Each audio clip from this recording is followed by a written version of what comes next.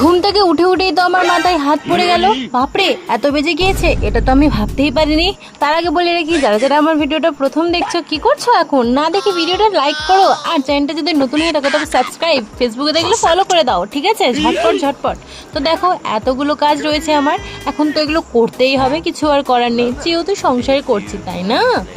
So দেখো, এখন আমি করতে বলছি সার্জারি। না না না না, এটা ভেবো না, আমি এখন বলবো চুন, কারণ আমার হাত অলরেডি খেয়ে ফেলেছে। বাট তুমি যা ভাববে তা কি হবে? হবে না না, এই যে মহারাজ উঠে পড়েছে। এখন চলো, কিছু করার নেই, বাদ দিয়ে চটকি চটকি মেরে মেরে সব কাজগুলো করে ফেলি। ও ওয়াও, কি তাড়াতাড়ি হয়ে গেল, তাই না?